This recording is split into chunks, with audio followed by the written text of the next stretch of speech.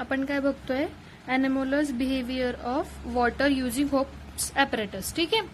मग आता आपण इथपर्यंत आपलं झालं होतं शिकून की प्रथम 0 डिग्री तापमानाची नोंद करते आणि त्याखाली तापमापी T1 0 डिग्री तापमानाची नोंद केल्यानंतर आलेखावरील दोन वक्रांचा छेदनबिंदू कमाल घनतेचे तापमान दर्शवते. ठीक आहे.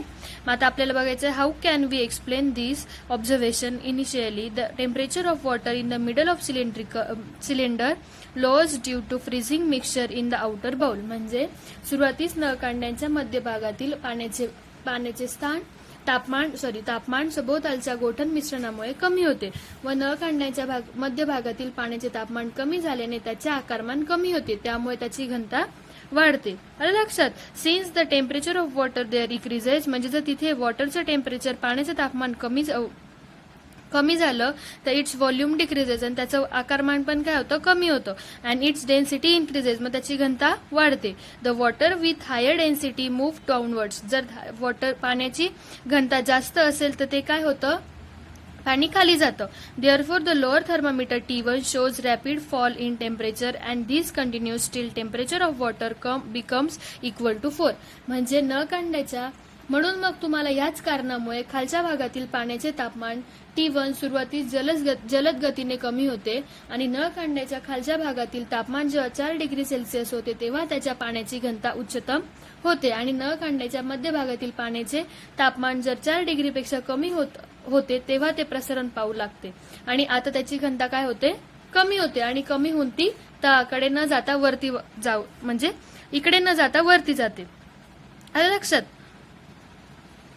It therefore moves in upward direction. The temperature of water in upper part T2 therefore decreases rapidly 0 degree Celsius. The temperature of water in the lower part T1 however remains at 4 degree Celsius for the some time and then decreases slowly at 0 degree Celsius. म्हणजे जर नळ कांड्यातील मध्यभागाचे तापमान 4 degree Celsius पेक्षा कमी होते तेव्हा ते प्रसरण पाहू लागते, तेव्हा त्याची घनता कमी होते आणि ते कुठे जाते, तळाकडे जाते. वरील भागाकडे तळाकडे न जाता वरील भागाकडे जाते. म्हणून वरच्या भागातील पाण्याचे तापमान T2 जलद गतीने 0 डिग्री सेल्सिअस पर्यंत कमी होते आणि परंतु तळाशी असणाऱ्या पाण्याचे तापमान 0 डिग्री सेल्सिअस वर काही काळ स्थिर राहते व नंतर तेही 0 डिग्री सेल्सिअस पर्यंत कमी होते. समजलं. आता आपल्याला इथे ग्राफ दाखवलेला आहे. मग ग्राफ कसा आहे रे, कोणाचा आहे, टाइम टेम्परेचर ग्राफ म्हणजे वेळ व तापमान यांचा आलेख. इकडे वेळ, इकडे टेम्परेचर आहे. मग इथे तुम्हाला विचारले, how will you explain this following statement with the help of anomalous behaviour of water. म्हणजे पाण्याच्या असंगत आचरणाच्या आधारे खालील विधाने कशी स्पष्ट कराल. तर first, in region with cold climate the aquatic plants and animals can survive even when the atmospheric temperature goes 0 degree Celsius. लक्षात.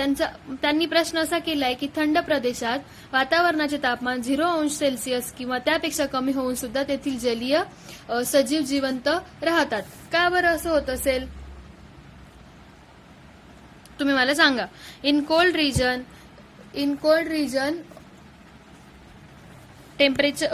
cold region in winter the pipes for water supply break and even rocks crack. म्हणजे थंड प्रदेशात हिवाळ्याच्या कालावधीत पाणी वाहून नेणारे नळ फुटतात व खडकांना भेगा पडतात. मग असं का होतं, तर in cold region in a winter the atmospheric temperature falls below 0 degree Celsius. म्हणजे त्यांचं टेम्परेचर कसं असतं, तापमान हे 0 डिग्री सेल्सिअस पेक्षा कमी होऊन गेलेलं असतं हिवाळ्यात. मग due to which the temperature of water start decreasing below 4 degree Celsius is expand and its volume increases. मग आपण मागच्याच ह्याच्यात बघितलं की ते जर एक्सपांड झालं 4 डिग्री सेल्सिअसला ते कमी होऊन तर काय होतं, तिथलं व्हॉल्यूम काय होतं, इन्क्रीज होतं. म्हणजे त्याचं आकारमान काय होतं, वाढतं. हे आपण मागच्याच याच्यात बघितलं. आणि hence is ice form in these pimples and in the rocks where water gets accumulated in the rainy season. म्हणून मग त्याचं काय होतं, बर्फात रूपांतर होतं आणि नंतर this ice does not flow rather it gets accumulated at a large volume. मग पाण्याचं जर बर्फात रूपांतर झालं तर ऑब्व्हियसली त्याचं काय होतं, आकारमान वाढलंच. म्हणून मग काय झालं तिथे, this causes because of the same reason. म्हणजे त्याच्यामुळे मग तेच एक रिझन आहे की तिथे एक्सपान्शन होत नाही आणि पाईप्सचं, आणि तिथे एक्सपान्शन झालं की मग ते काय होतात, ब्रेक होतात आणि तिथे रॉक्स काय होतात, क्रॅक होतात. म्हणजे तिथे तडे पडतात आणि ते फुटतात, खडकांना तडे पडतात म्हणून.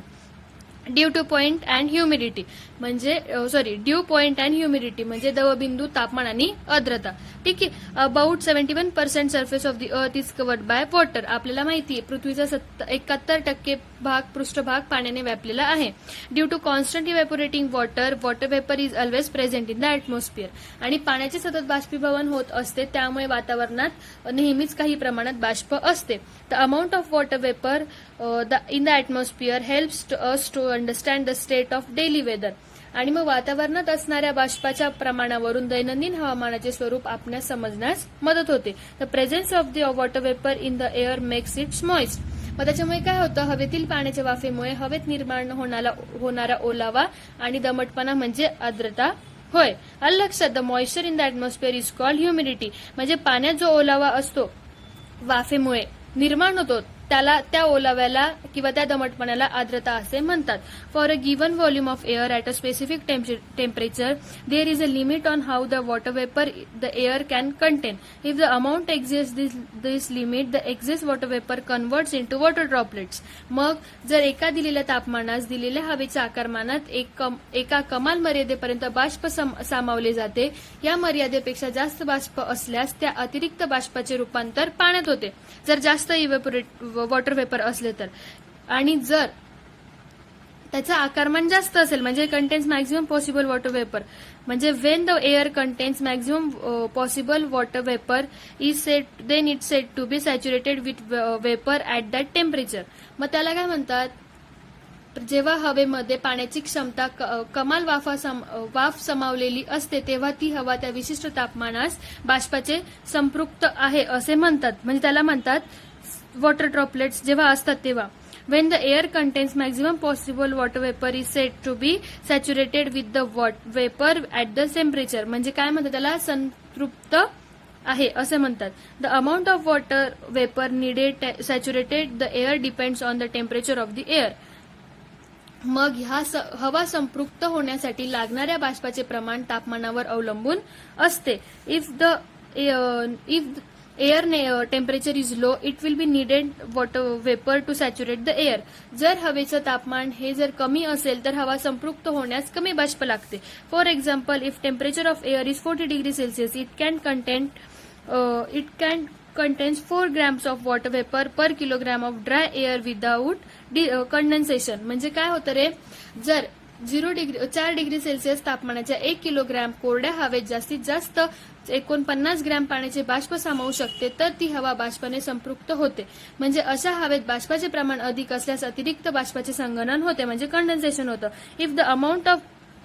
If the amount of vapor exceeds this limit, the additional vapor will condense. However, if the temperature of air is 20 degrees Celsius, it can be contain only 14.7 gram of water vapor per kilogram of dry water without condensing. If the vapor content in air is less than the maximum limit, then air is said to be unsaturated. म्हणजे जर परंतु कोरड्या हवेचे तापमान 20 अंशापेक्षा कमी असेल म्हणजे किंवा 20 अंश असेल तर ती हवा 14.7 ग्रॅम एवढ्या बाष्प पातळीला संपृक्त होते म्हणजे तेव्हाच ती कंडेन्सेशन तिचं होतं.